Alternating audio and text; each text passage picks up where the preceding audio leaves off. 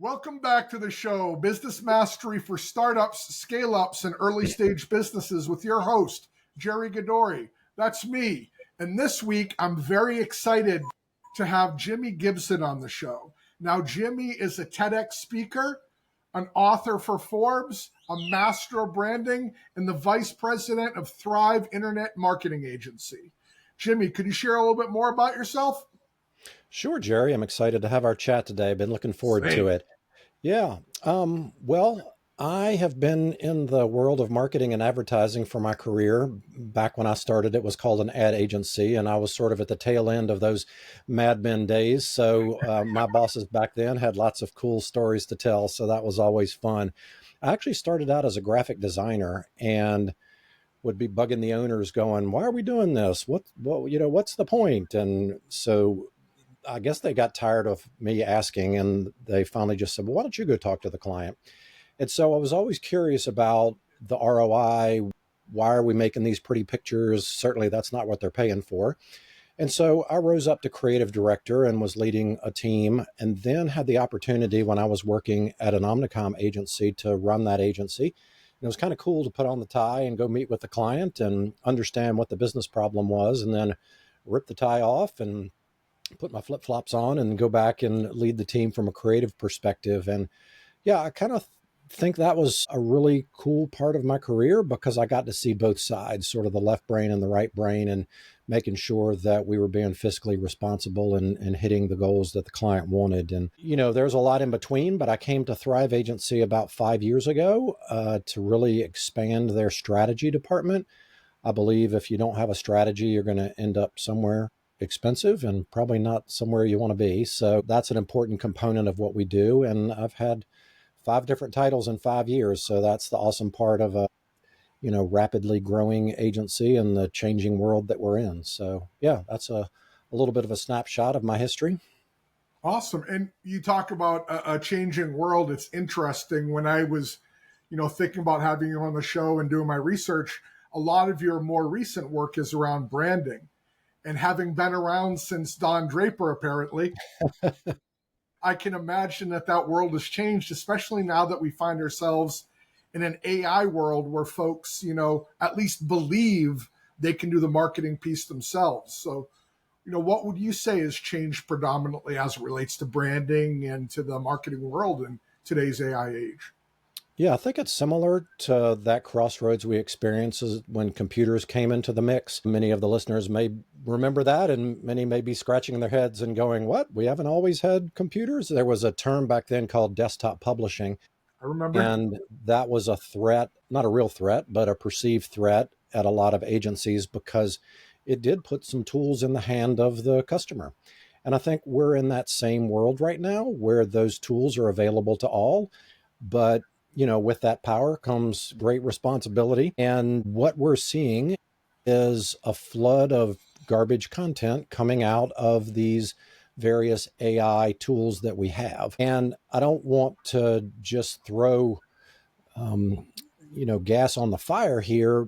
What I want to do is encourage the listeners to understand that crossroads is actually an opportunity. And so when you talk about personal branding and these AI tools, personal branding is all about authenticity, opinions, point of views, emotional connections, the bruises, the scars of where you've been and how you've struggled. AI cannot do that. AI is very safe. AI is very nice. And what you end up getting is something very generic. Yes. So I think that could probably kick off our conversation, but that's what we're seeing from the brand perspective is when you have a subject matter expert, a leader in an organization, especially the founder or the owner, step out and have a voice, it is a differentiator big time. Yeah, I could not possibly agree more. And I've got to add a little bit of a tangent, but a related one. It never ceases to shock me the parallels between marketing, whether it's digital or its predecessors, and the staffing slash TA world. In the same period of time we were describing of the dawning of the internet age, the very first job board monster wrote, not the first, not true. The first major job board monster rose, and their advertising in that time was that they were going to put staffing firms out of business. While they were running that ad campaign, I was driving to their headquarters to visit all the consultants I had billing with them. And I always chuckle to myself at how much work they brought me. And it's one thing to put the tools in the hands of the consumer. It's another for that consumer to have the depth of experience to utilize them to rise to that top 3% that gets eyeballs. You know, you can give a home handyman a master craftsman's tools, but they can't turn that, you know, that tool into a product that a master craftsman would make. Yeah, absolutely. So when we talk about the AI age, and I'll correct your terminology so all the young kids follow, the generation of AI slop, really need, at least at the time of this recording, we really need to remember that an LLM produces the center of all of the data it was trained on. So you can, again, at least at the time of this recording, you can almost always see or catch AI in its word usage. We're at least grown past the seven finger hands and things like that, but you can almost always tell. And to your point, it's average, it's 5 out of 10. And in my lived experience, marketing that's 5 out of 10 succeeds 0 out of 10 times. Yeah, absolutely. I think, you know, we've been in this AI world since November of 2022. People are becoming very AI aware. It is cross-generational. People are having to learn things very quickly. And, you know, you could pump out 1,000 words of content in 30 seconds. How good is that content going to be? People don't follow content. They follow and trust people. And Yes. so if there's no human intervention, we'll call that, in the content, then it's really not saying anything. And I think with these LLM models, you're just going to become invisible and get pushed down in much greater ways than you can imagine. So whatever you think it's going to do, it's not going to do. And I'm not a futurist, and I can't tell you what the future holds related to tone of voice. And certainly you can train these custom GPTs or various models that you can interact with, but it does take a lot of pulling and tugging. And again, it doesn't have your stories. It doesn't have your experiences. It doesn't know. You know, I have a background as a professional magician, and I would say that it's a very bad mind reader. It's trying to predict the next sentence to give you back based on what you fed it and based on what it has learned. Now, obviously, it's getting smarter and smarter. You mentioned the seven fingers, and yeah, we've gotten past that point for most part related to content creation and visuals. But I would say we're not there that you can just push a button and publish. Yes, and you mentioned authenticity earlier as well, Jimmy. And human beings are incredible detectors of authenticity and inauthenticity. So all it takes is just a little bit of something off to trigger that uncanny valley effect and turn people against that marketing. I would rather have a grammatical error in my output, not that I want that, mind, but I would rather that and have someone see that it's legitimately authentic than have that whiff of machine generation. Again, especially in the services industries, where all of that connection to your people and the quality of the output that your people create being the entire reason anyone would ever work with you. In services, if there is a secret sauce, it's your people. And if people don't connect to that, you've got no shot. Yeah. And I would say I was speaking with a prospect the other day, and he was telling me, we were talking about AI and various tools, and had said that his team, he was doing some internal marketing. It was a HVAC contractor, and his team had cloned his voice to send voicemail messages to their current customer base. Now, this is a small community. I would imagine he probably knows the majority of his customers on a first name basis. And, you know, I've cloned my voice. I've done an avatar, and it's kind of cool to look at, but it's not going to pass as the real you. Right. And so when you talk about that little something's not right, that little whiff of insincerity, or is this a robot? And if you're trying to pass that off as the real deal, then that's where trust starts to erode.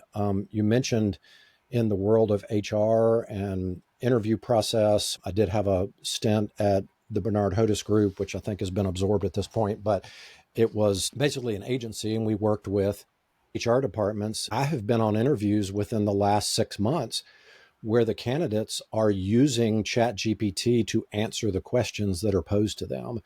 And Yes. so, I don't want to be stereotypical, but you can look at somebody and you can find out where they're from and you can look at their age, and the words that are coming out of their mouth Yes. are obviously generated by this AI. And that's an immediate, nope, I don't care how talented you are. If that's the way you're going to conduct yourself in a one-on-one interview, then we have a major problem. You know, again, tangent but related, in the talent acquisition space, much like in the cybersecurity space, it's a never-ending arms race between one Mm, side and the other as it relates to AI. So every HR and TA firm that uses AI to screen resumes, leaving thousands of well qualified candidates on the wayside, is countered by someone with an AI generated resume. It's interesting all the little tricks that are created and then get busted. I recall about a year ago, people were using AI generated resumes that in white text had every conceivable technology listed mm, in the dead space of the resume so that the human eye couldn't see it, but to the AI parser, the resume was packed with the skills it could potentially be looking for. So it's less for me about right and wrong, because I think that both sides do some fairly shady things, but it's more about success. And you mentioned something I think bears speaking about. You said prospect in doubt in the same in the same paragraph. And as a lifelong sales guy, nothing is going to, at best, extend your sales process, slowing sales velocity, and at worst, kill a potential deal than throwing doubt into the mix, especially early stage. oh, yeah. Yeah. Um, that's interesting. You talked about the white text. That was the original SEO technique for keyword stuffing a page, Yes. was to do the same thing. And so we go through this, history repeats itself. I would say for, and I know your audience is a lot of startups, founders, high growth businesses. For those folks out there who have an internal team that is creating content for you, take a look at it. Make sure you agree. Make sure it sounds, smells, looks like you. The more content that is produced, it is being cataloged as, XYZ founder of such and such a company. And again, we look at these large language models, they're creating a database of the contextual words and um, things that surround your business and your name. And you need to make sure that it is expressing, again, and I'll go back and Google uses this, and it's an acronym of EAT, EEAT, experience, expertise, authority, and trustworthiness. And what out of those elements are you infusing in your content, how you show up online? Again, you mentioned sales process. There are a lot of signals that these LLMs are getting that are not the same as a keyword query that ends up on a search engine results page. And so we just have to be aware of what's going on behind the scenes and play the game accordingly. Mhm. So, I agree. Now, we've spent a fair amount talking about the risks and dangers, but I don't want this to be a negative Nelly episode. sure. Let's talk about how people can build brands that stand out so that they're not in this trap, and possibly about some of the opportunities that AI does represent. Because to your point, and I couldn't agree more, anytime there's a big change, there's a big opportunity if you're on the right side of it and make the right moves. And this is no different. Yeah. And so we can talk a little bit about content creation. I would say if you are a owner or founder and you've been afraid to get out there, this is the time to do it, because the platforms have never been more forgiving to taking out your phone, shooting a quick video about why you are in the business that you're in the location that you're in, and why you care about your customer. And there are lots of tools that you can use. Now, again, start with a phone, But you could take a 2-minute video and distribute that on various platforms. There are a number of AI tools that can put captions on that, B-roll, which is like the extra imagery that shows up, that it's not the That A-roll is side you, the shot. B-roll, the side, yeah, stuff. And so the ability to go to a platform with that content has never been easier. When we talk about usually we talk about content creation when we talk about AI, but AI is very good at analyzing data. And so at Thrive, we record every prospect sales call. We have a gold standard that we believe is the best way to be consultative to know whether or not that prospect is a good match for what we do, or if we should be recommending some other avenue for them.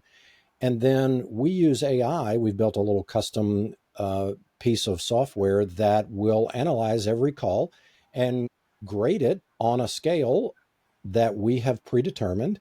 And then we give feedback to that sales team to help in training. We do that the same way with our customer service team. We believe there's a certain way that we should conduct, a customer call and an update call that we have, explaining metrics, all those types of things. And so thinking behind the scenes, we're into the world of the use of agents, and people may not understand what agents are, but you can assign AI to do a task for you. And so it allows you to maybe dial back some repetitive functions and spend more time on the things that require human interaction. And so I would encourage people to jump in, figure out how you can gain more efficiencies as far as that goes. So those are just a couple of the things. And I know we want to talk more about personal branding, and happy to jump into some techniques that I think will be helpful for the listeners as well. Yeah, absolutely. And if I could just add one thing to the agentic AI conversation, lest I sound anti AI, I am not in any way opposed to AI, but Jimmy hit it on the head. In my experience, utilizing AI where it does the best, which is doing repetitive tasks and doing a lot of the behind the scenes work, is a game changer. It's shaved hours off of my work week that I can use for more creative client and customer facing items. The second thing, and I think this will be a good segue into the topic of building that personal brand, I work predominantly on the employer brand side of the equation, helping companies to plant their flag in the places where their ideal candidates reside. And one of the things that I tell them, if you have limited time and limited budget, don't try to master all of the platforms. Find out and discover where your ideal candidate spends most of their time and master that platform, and then pick a second, just so all your eggs aren't in one basket. So for me, it's LinkedIn, number one. Number two is YouTube, where I record this podcast and other content. And because I have a little bit more size, number three is the different associations where my folks are. So things like AFCEA for government contracting and NDIA and things like that. I've worked to establish a presence there because that's where both my client and candidate prospects live. Yeah. And I think each one of those platforms and locations that you mentioned have different personalities and ways that Yes. folks interact with content. And you just need to understand what that is. If you're looking for more visibility, you mentioned LinkedIn. LinkedIn was really pushing video about 10 to 12 months ago, not For so about much 15 minutes. anymore. Yeah. I think they're going to come back with it, but carousels, cheat sheets, more educational content is where it is. Obviously, we're familiar with Instagram and TikTok as a very highly visual and video based platform. And then when you get into these association websites, they're sending out emails. There may be a conference where they're doing some features there. You may be getting a list, and you might be doing email marketing to them. So yeah, I would say there is the ability to have a core platform that you speak from. It may be a blog on your website, but then you may distribute that content across these platforms in different ways. Yeah, there are all sorts of ways you can interact with AI to create that distribution approach and to help you repurpose content. Yeah, we're recording this episode on Riverside, and Riverside has some incredible AI tools that allow us to repurpose this content. It cuts this into shorts automatically. It can pull the written content and put it into blog format. It can help with writing the LinkedIn post. Now, again, in deference to our earlier conversation, I would never let any of that go out before giving it a once over and doing some rewriting. One of the things that I do like LLMs for is outlining in first drafts, and then I rewrite them to be in my own flavor. But yeah, incredible tool. Yeah. Well, do we want to jump into some personal branding tips that will be helpful to folks? Absolutely, yes. But before we do, let me ask you one question, Jimmy. If you could give a single piece of advice to founders and early stage leaders, what do you think that one piece of advice would be? That one piece of advice would be to record 10 videos on your phone and then trash them. And that is going to get you used to being okay, being in front of that camera, looking at yourself, understanding how you talk and what the background looks like and what the lighting looks like. Maybe show that video to some friends and family and some other folks that can give you some constructive criticism. And then just commit to filming and posting a video once a week.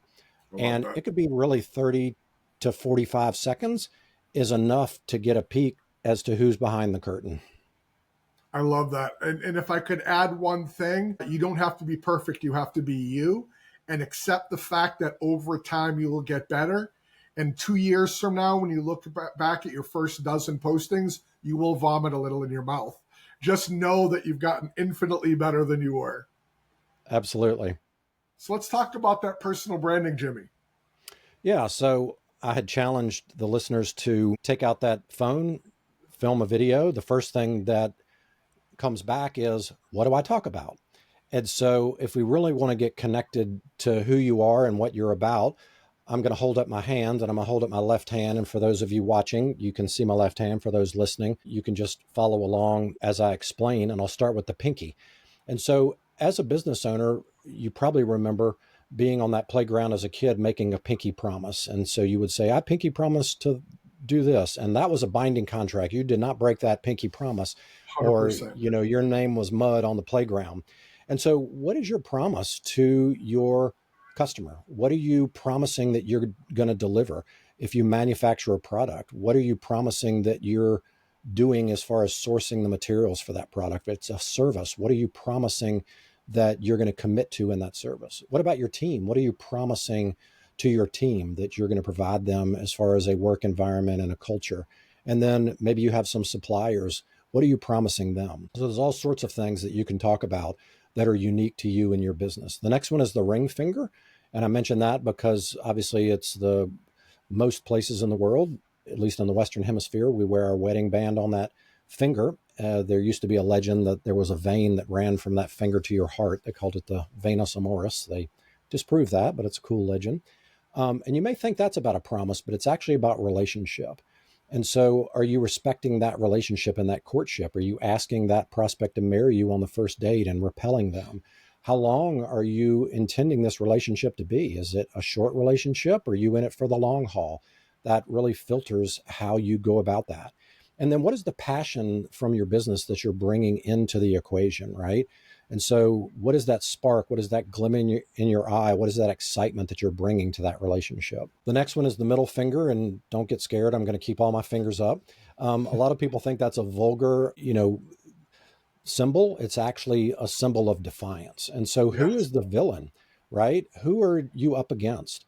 Who is your customer up against? If you really believe your product or service can help them in a meaningful way, then you need to call out the villain. And it may be a person, it may be a company, it may be an ideology, but that gives a lot of rich conversations that you could talk about. The next one is the pointy finger. And I mentioned pointy finger because you have to know who you're talking to. In the US, we probably remember that Uncle Sam poster. We want you to volunteer. But if you don't know who you're pointing at, it's hard to talk to them, right? But if you do know who you're talking to, then when you're looking at that camera, you can imagine that person and speak to them as if you're having a chat over a cup of coffee or tea or whatever the case may be. And then it also is the symbol for one, which is singularity of focus.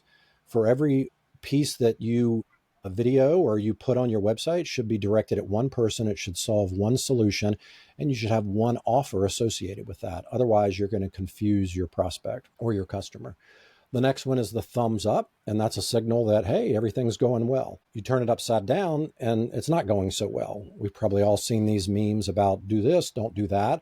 You could have the same conversation related to, advice that you would give to your customer or your prospect or your team. It also is, what thumbprint are you going to leave on your customer's life? What thumbprint are you going to leave on the relationship with the folks that work with you? It's also unique to you. I have 3 sets of twins as nieces and nephews. They can open each other's phone with their face, but they can't open each other's phones with their thumbprint. It is unique. And so if you're stuck for content, I've just given you probably 40 different things that you can talk about that all come from your hand. When we look at a business that's local, we're not talking about all digital stuff. What are you passionate about? Are you involved in a nonprofit? Are you attending Chamber of Commerce events where another business owner is starting their business? What encouragement can you give to them? Can you take a selfie with them and promote their business and develop some relationships? So there's all sorts of things that come from your heart and your head and walking things out in your community. And I would encourage you to explore them all. I could tear everything you said apart, and we could talk about that for about 8 hours. But in deference to the attention spans of our audience, let me say one thing, and this is by no means the most important. It's just the thing that resonated most with me. When you talked about your message being for one person or one problem, I can't say this loudly enough, folks. If the material or content you put out is applicable to everyone, then it's going to move no one. Problems are solved one-on-one. One-to-many gets no attention. There's nothing about that that's going to pull that person in and inspire them to pass the entropy barrier and connect with you. Nothing. Yeah, I would agree with that wholeheartedly.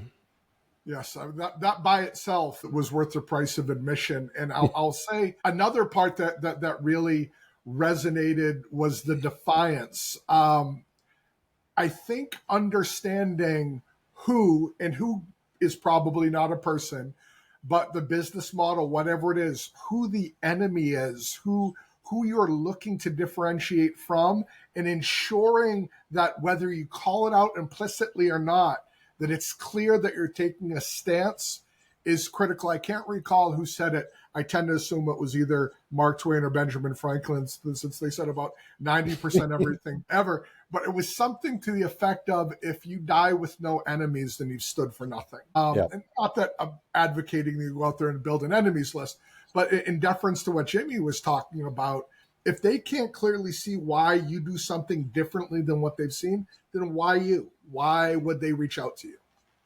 Yeah. And I think it goes into your personality. You don't have to be combative or divisive. It can be humble. It can be encouraging. It can shine a light on why you shouldn't make this decision. Some people may, stomp their feet and wave their fist, and others may be more ladylike or gentlemanly about it and really have empathy for the fact that you don't want to go down this path, right? Because if you truly believe that your product or service is the answer, you've got to put up some warning signs. And I don't think we talk about that enough. And I think that is a very emotional place that you can be in whatever tone of voice is proper for your brand. 100% yes. And even taking it one step further, the thing that folks need to understand, great marketing doesn't just attract, it also repels the people that aren't a match for you. If your answer to who your best customer is whoever will sign a check, you're not setting yourself up to succeed. It should be clear, especially in services where, again, our ability to succeed is dictated by the skill sets of our folks. There should be people that that you will not work as well with. And the more clear you are, the less likely you are to pull them into your net and have a bad experience for both of you. Absolutely. And you don't want to end up with a bunch of customers that you don't enjoy working with. So why not be okay with showing your personality and attracting the folks that you're going to get the best results and you consider friends? And I talk about that in employer branding all the time. Great employer branding shows the true culture of your company and what it's like to work with your team. It should cause people that will not match that to not want to reach out. And that's a huge difference. But listen, Jimi, it's clear you and I are cut from a similar cloth. We could talk about this for 20 hours. So I would love to have you back on the show to talk more. And I'm very, very open to that. But for now, I say thank you for coming. And when people inevitably want to learn more about you and connect with you, how can they best do that? Well, thank you, Jerry. I would love to come back. Yeah, I think we could just hang out and chat for hours. I'm on LinkedIn. As Jerry mentioned earlier, I post every day some sort of lesson. Yeah, something to think about. So please follow me there, DM me. Happy to jump on a call and chat about whatever's on your mind. Thrive Agency, and that's thriveagency.com, is a great resource. I write an article every month, follow up with about a 20-minute video explaining some concept of marketing, branding, growth as far as business goes. If I can direct you in a way that we can help you, that's great. If I can point you in another direction, I'm happy to do that. And then I think a companion piece that would be interesting for folks to read, I did write an article on Forbes a little while ago about personal branding and how it's important. And so maybe Jerry can include that in the show notes, a link to that article. Absolutely not. No, I'm just joking. And any longtime listeners will know that Jimi's contact information, the Thrive Agency site, as well as his LinkedIn profile, will be in the show notes. There will also be a link to that article on Forbes in the show notes. So please don't crash your cars trying to write this stuff down. Just when you get where you're going, click back, give us a like and subscribe if you haven't, and check out those links. Jimi, again, thanks for being on. It was a great episode. Great. Thank you, Jerry. You're welcome.